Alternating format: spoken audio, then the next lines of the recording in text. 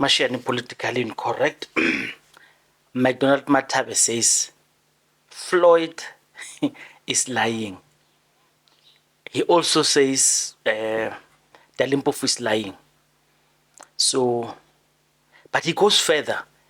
He insinuates that there's a cabal within MK coming from EFF that wants to take over MK. There were speculation, there were rumors, there were a lot of, conspiracy theories when the Floyd story first broke.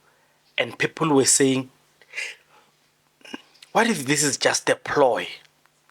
They want, Julius Malema is more strategic than we think. They want to take over MK.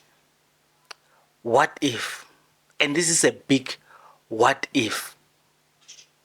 We're thinking they are leaving Julius. Maybe they're not leaving Julius. They are going to MK to go and either kill MK, or when MK dies, they bring it back to EFF or maybe ANC. We don't know. Remember the forming of MK, comrades were saying Paul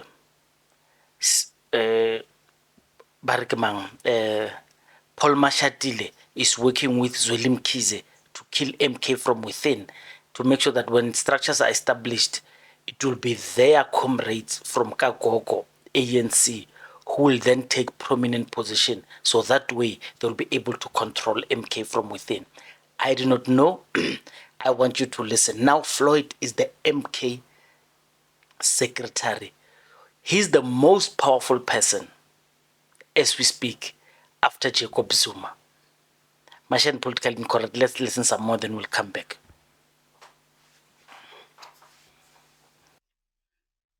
Mr. Advocate Dalimpofu, I think I would say bluntly that he's a liar.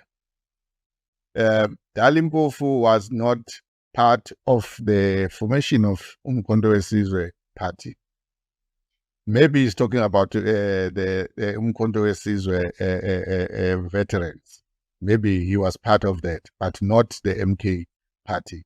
The MK party was formed by myself with other 6 comrades who I was consulting with when we wanted to start the registration of the party. Mr. Mpofu only came in when we were having, I think, a meeting after the launch in Hyde Park at Mr. Zuma's daughter's house. That's when Zuma introduced me to Mr. Mpofu, that this is the man that registered Umkhonto weSizwe. And that's when we started to engage about the formation of Umkhonto weSizwe. He was never there. He was nowhere until at that time.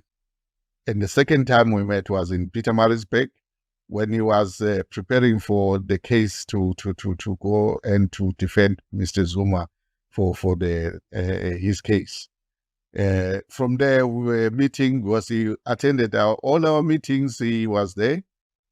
He became member of Umkhonto weSizwe even before he joined Umkhonto weSizwe. Was most of the time, every time we had our meeting, he was there. And sometimes Mr. Zuma would ask him to share the meetings, but he was never a founder or anything else like that. Organizer McDonald Matabe has dismissed Mpofu's claims, and Matabe is now joining us here in studio. Very good morning to you. Thank you so much for making time for us. Why are you dismissing this claim? It's lies. In fact, President Zuma never wanted Dalimpofu to be part and parcel of the formation of MK Party. I'm the one that spoke to him, and I said to him, like, President Zuma, the battle that lies ahead is beyond me and you. And the fact is that we are taking a name that belongs to, that is associated with the ANC. The ANC is going to come to us very hard. So it is best. And the meeting, we had it at the Dumanokwe, the chambers, myself, Ace Makashule, SS Kakane, as well as SC Dalimpofu. It was for the first time that the two senior councils, when they started to know about the formation of MK Party.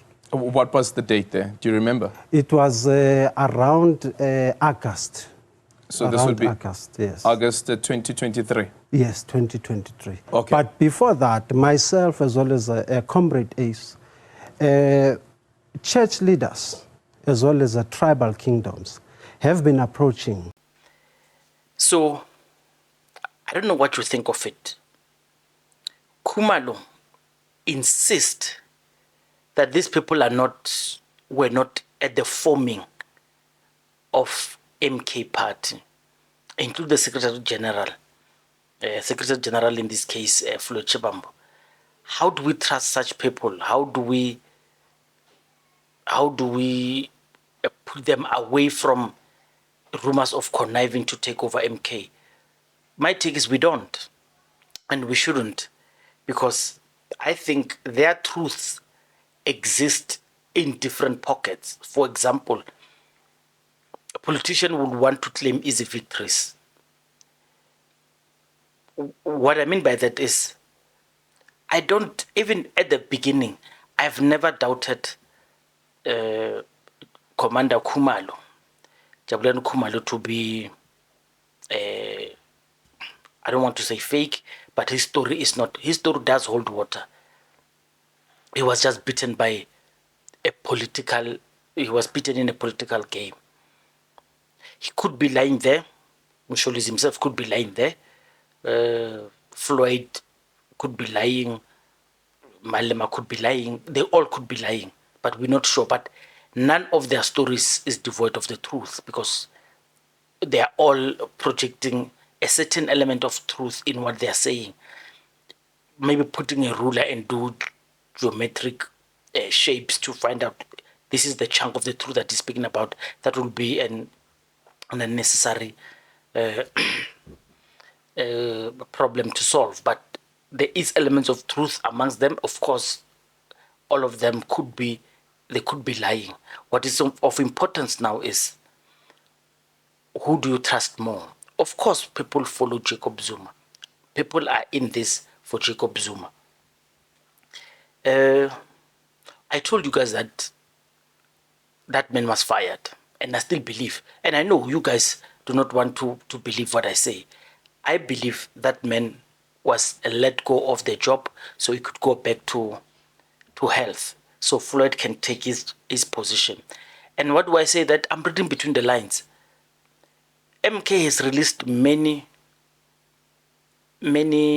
press releases since that man has left, Dr. Maseko has left. They released many. I mean, they spoke about, they even welcomed Dalimpofu before they acknowledged his letter of leaving. And what does MK do? When they want to announce Floyd, is then they tell us, by the way, this comrade is here. So he got tired. He couldn't. Guys, Maseko, no matter how much you want to put this spin, Maseko was terrible at that job. Maseko was a terrible Secretary General. A job that I think Floyd will excel in, by the way. He will excel in with his capabilities if he's given support. So I do not think, as it stands now, we should actually doubt Floyd's capability. Who is coming in as the national organizer? Who is going to assist Floyd with establishing? Because I spoke about this before, and I spoke when I was doing the constitution. These jobs is almost the same thing. The Secretary General and the national organizers is virtually the same thing. So it's not going to change much. So Floyd will just continue with what he was doing, and then they must just get him a national organizer who will then take a minor role. Their roles always overlaps each other. They'll find someone and then they'll work. So I don't know. So let's talk about this conspiracy of the EFF takeover. The MK doesn't have a head, doesn't have leadership. It needs leadership. There's no leadership in the MK. It's just a hollow party for now. Shame to those who are leaving Malema because they think that they when coming to MK, they'll find a leadership. There's no leadership. In actual fact, MK is collapsing because the people that are there, they don't have the interest of the people of South Africa. They have their own interests. They've got their own agendas. They're not working for South African people. South Africa, we've got a problem of takeover. We've got a problem of extortion. People who are taking money to say, I will secure you if you pay me. And there are some people that are paying certain people now to keep their positions, which is very wrong. And MK was not formed to make certain people rich, but that is what is happening now. People are jumping into MK because they're saying it's a free ride. As long as you are close to Zuma, then you must ride into MK.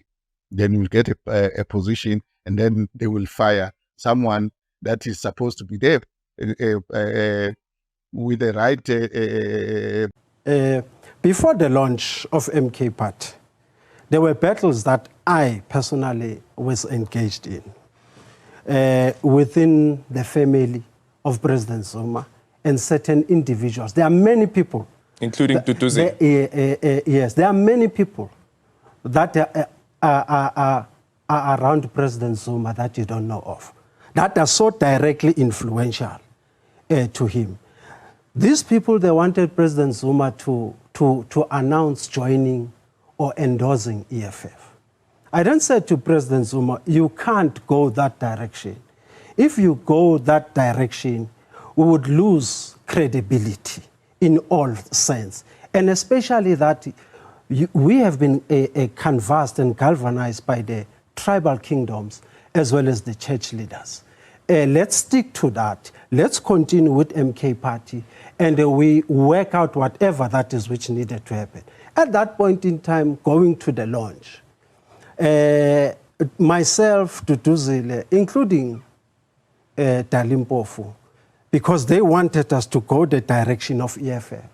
So as Julius Malema said in his podcast, and even after we launched, Julius Malema said that it would have been good if President Zuma endorsed us. He would have boosted us. So from then, they were defeated as EFF individuals that are around President Zuma, of wanting President Zuma to join EFF. But the daughter is instrumental to Tutuzile Zuma. Tutuzile Zuma is very close with Julius Malema, with the Dalimpofu. And what is happening right now at MK Party about EFF, it's their plan in full swing. I am now convinced until someone else explains or tells me otherwise. The plan is to collapse Umkhonto we Sizwe using former members of the EFF? Is to take over Umkhonto we Sizwe Party and be governed by EFF. And that's just unfortunate what we're experiencing. McDonald, unfortunately. Look, guys. Sharp, man. Kina recording more. I'm on the podcast. I'm asking for permission to indulge you. Is it fine? Yes. Kitsuri Lisa Lamaisa mo, a staunch supporter of the Congress movement. He who believes that there's nothing wrong with ANC. Ewara, Floyd Bamufile, the Secretary General of MK Party. I just want you to, at MK Party, Bamufile, he's now the Secretary General. I personally do not doubt his capabilities of executing that task well. I just want you to dwell on it and tell me what is it that you feel about it. Well, MK Party is so unpredictable. It's like Zamazakama ya Booster Man. Zamazama ya. You remember that show? Yes. Yes. I'm sure this Namsanen. Yes. Well, there is something that people don't understand, I think, around what is happening in the MK Party. most of us, we really didn't want to admit it, but we can see that it's also about insurance being spiteful, the EFF. And then I don't understand that if he's being so spiteful to the EFF, the grudges maybe that you might have against Julius, that old man is very dangerous and he's becoming very unpredictable. But in any way, Floyd can be a good secretary. But the question is that the environment of those who are the majority supporters that made MK to be where it is today, will they accept him? There is a rift already inside the MK, and there is some level of disgruntlement, and with also resurfacing of who was behind the formation of the organization. And to be honest, is that 90% of the followers of MK in KZN does not agree with the recent decisions that Comrade Msholozi took with regard to this reshuffling of every week. And there are so many that feels that the issue of Floyd is too early, and they are better candidates to do that. And I think it shows that as well, that MK has become Kaiser Chiefs now. He's buying players, he's picking players, and it's going to be a problem. That was the downfall of the EFF, where everybody who insulted the ANC or the present president, Comrade Cyril Ramaphosa, is now taken and he found refuge in the EFF, and now the MK is doing the same, Chuzuma is doing the same. Now everyone who leaves the EFF must be taken and be given a space. And I suspect that very soon also Talimpofu will be given a role. But all I'm saying is that the fact is that the majority voters of the MK doesn't agree with the appointment of Floyd because they don't believe in this politics that Msholozi is bringing into the MK. Mukoni, here's a matter. Former national organizer of MK, Mr. McDonald Matabe, he takes this conspiracy theory even further, and I want to test it with you to see if it has elements of truth. He says when they were in MK, he's still a member, by the way, of MK. He says, chief among the things that they were fighting is Dudu Zile and the MK and MK people who are defending MK, because she was bringing EFF cabal into MK. In suggestions, she was saying, Dalimpofu and Floyd, she was trying to bring them in.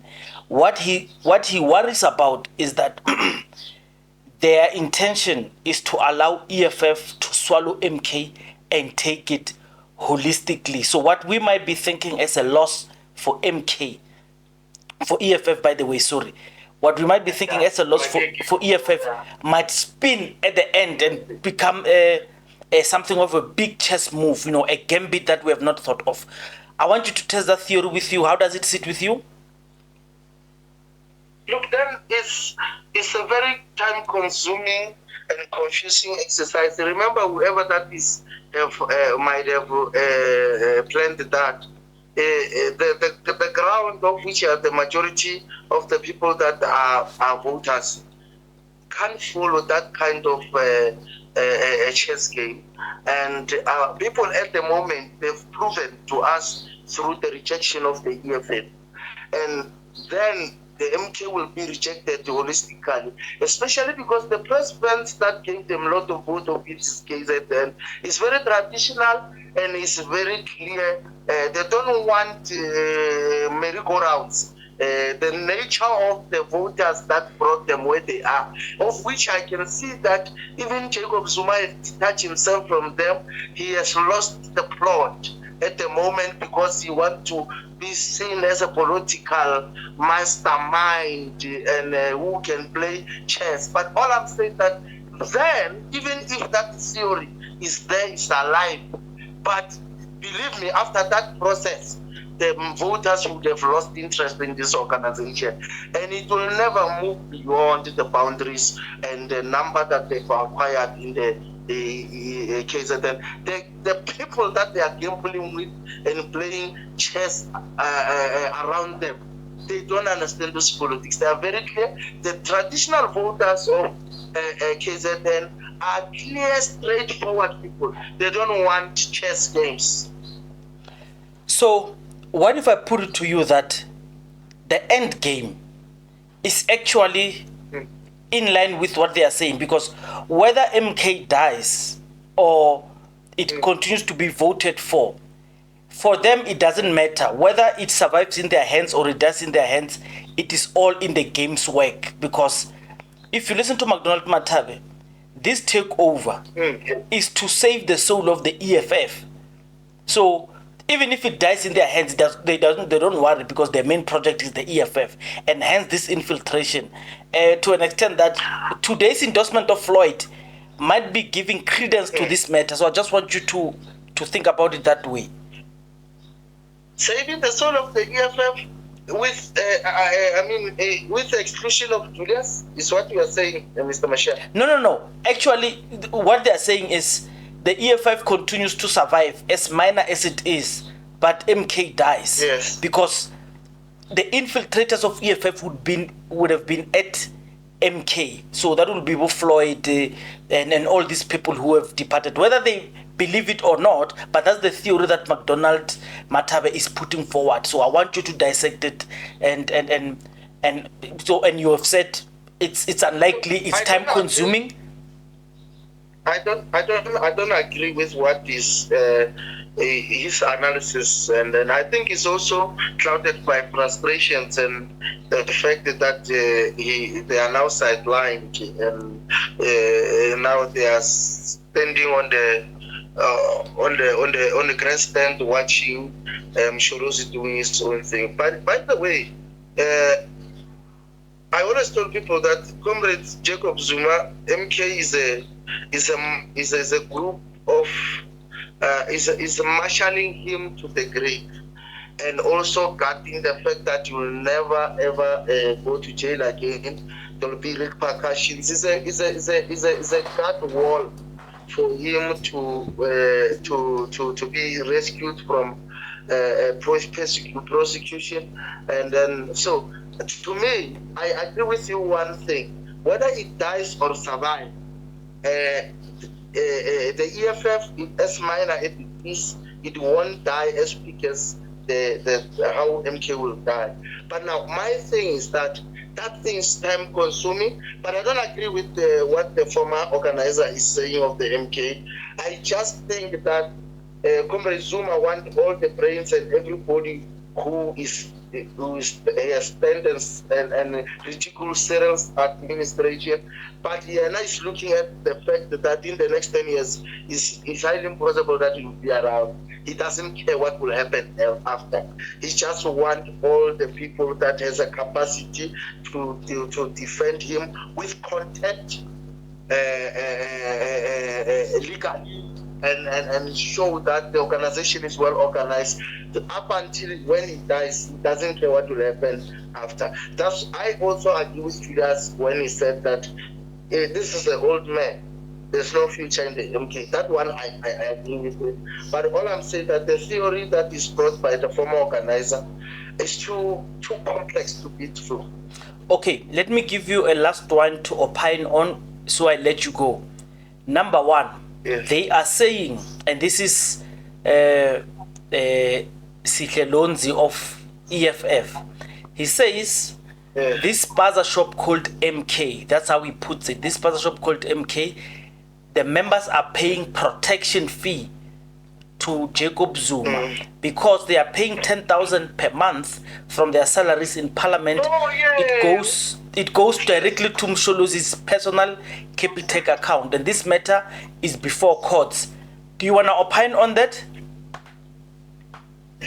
Look, that one I believe, because I don't think that Comrade Jacob Zuma will ever change from his issues on how he views money and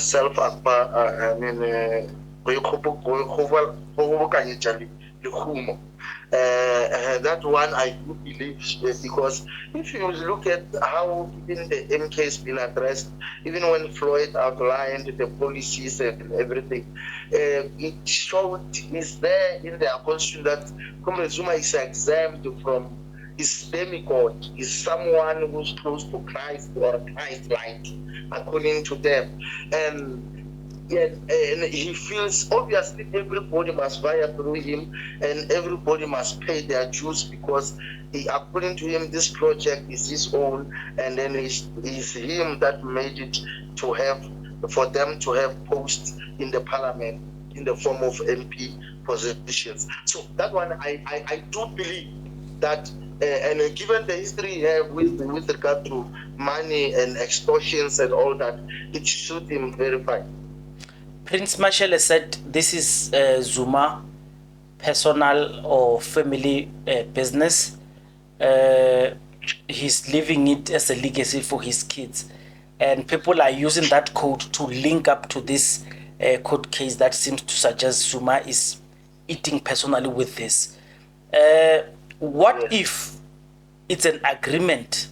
Because of course those who are taking it to court are saying it wasn't put to them as such. It was an organizational money, and that's why they're going to court, because they've seen that it's not his personal money. What if it's an agreement to say, Jacob Zuma, you will not go to parliament, but we do not deny you of the reimbursement that parliaments give. So we are taking our chunk. If it's by agreement, of course, we are taking our chunk of the earnings in parliament. We are giving it to you. Whether it's true that is happening. Do you find a problem with it? Look, why would they do that? Because this man is on a presidential pension. He's well taken care of. If it's not greed, if it's not a abnormal obsession with acquiring wealth through corruption, because it's a corruption act, that one, and it cannot be justified politically. You know? Yeah. And I don't think even legally there is something that is allowed to do. I mean, for him as a state, remember, he's still a state president in terms of benefits and conduct. But he showed the state of anarchy that man prevails on. So all I'm saying is that it doesn't even make logical sense. I mean, it's so. I mean, you can't even explain it. I mean, why would anyone who's earning and having benefits of presidency, and including his spouses, and get money directed into his account, if it's not money laundering? It's not politically justifiable, Mashiach. Lisa Lamaisa, let me let you go. Anything in particular you want to say regarding MK, maybe linking it to ANC, your home? No, we are fine in the ANC, and it's the most difficult times in South Africa now is to belong to parties that are individual centric, that their leaders are now acting as if they are spiritual leaders. We don't understand anymore whether Julius is a spiritual leader now or Zuma is a spiritual leader. How they behave? They behave like these charismatic churches pastors. They've lost the plot. And I say to anyone that ANC is the home for everybody. It's the only vehicle that we can fix and rally behind it and take this country to another level. With our mistakes that are not hidden, that we have no passion to defend, we are saying, but I think this era is shown us that don't put faith on individuals who believe solely on themselves as redeemers, political redeemers. Mukoni, ke a go leboga. Thank you very much. Have a blessed Sunday with your family. Sure. Thank you so much. Thank you. That man was Mahlachi. He's a member of the ANC. He comes from the EFF. He was one of the founding members of EFF. He has since defected back to ANC, and he's got sharp views about ANC, EFF, and MK, of course. But if you want us to to contact someone who would like to share opinions with us, surely do, but don't accuse us of stopping anyone from speaking. So we'll hear from you. Who do you want us to put here so we can hear issues on? But I want you to listen to something very important about Advocate Dalimpofu, who he speaks about he's engaged with Clement, by the way. Listen, then let's talk about it afterwards, because Matlaji did touch on it, or how can Dalimpofu do this? You're moving into the MK party that has concentrated so much power in President Jacob Zuma's organization. I mean, their constitution says the president is responsible for the deployment, appointment, removal of all national officials, even members of the National High Command. The president also has the ultimate power to issue presidential decrees on any matter in the organization, including policy, which will be binding on all levels of the organization. Is that a democratic party? Well, it is. You know, democracy is not, there's no standard formula for democracy. Do you know that everything you've read there is the same as what the president of South Africa's powers is? The constitution, the best constitution in the world, says that all executive power rests with the president, one person, okay? And that person then appoints a cabinet and so on to assist him or her. So is it democratic, our constitution? Some say it's the most democratic in the world. So the point I'm making is that the democracy is a relative thing. There's no one size fits all. And in the defense of the MK position on this, the way they explain it, for example, on the issue of an elective conference and so on, they say, look, we're at a formative stage. We don't want something that's going to divide us at this stage. And I think that's quite correct. As long as there are sufficient checks and balances. And I'm quite satisfied that the constitution of MK provides those checks and balances. Like what? Like there's something called the National High Command. But he can fire or remove those people any day he wants. But so can Cyril Ramaphosa hire and fire all the cabinet ministers. But remember what the court said. Remember the DA took him to court on that, and the court said, yes, while it's your prerogative, in fact, it was the former President Jacob Zuma when he fired Pravin Gordhan. I don't know if you remember. The court said, you must still explain that reasoning. You know, so it's not just carte blanche. Yes, but and even with cabinet, there are discussions that happen. You take cabinet collective decision. The president can't just come and say, this is all I want. Yes, but the MK constitution is exactly the same. In most places, it says the president, with the concurrence of the national officials, which is his quote-unquote cabinet, or it says with the national command, which is that's not how I read structure. That's not how I read the constitution. That's how I read it, and I happened to have read it quite closely. Okay, because from what I saw, it was just directly talking about... They did say he can just wake up and... No, it says he can issue presidential decrees on any matter in the organization, including policy, which will be binding on all levels of the organization, whether it's the national officials, whether it's whatever central command team that they have, etc., etc. You know, Clement, my view on this is the following. In a democracy, it's like a supermarket. So you look at that constitution as Clement of MK and say, no, I'll never be part of this. I'll look at it and I say I'll be part of this. Then, you know, that's what it is. You have, that's exactly why the IEC Act insists that before you are a registered party, you must have a constitution so that people can make that choice. And they will vote for you or not vote for you or whatever. If you come, I'm sure if you come with a constitution that says you can do some horrific things unchecked and unbalanced, then nobody will join that thing. Okay, so Dali, and I see people are saying he was evasive and he was comparing incomparable things.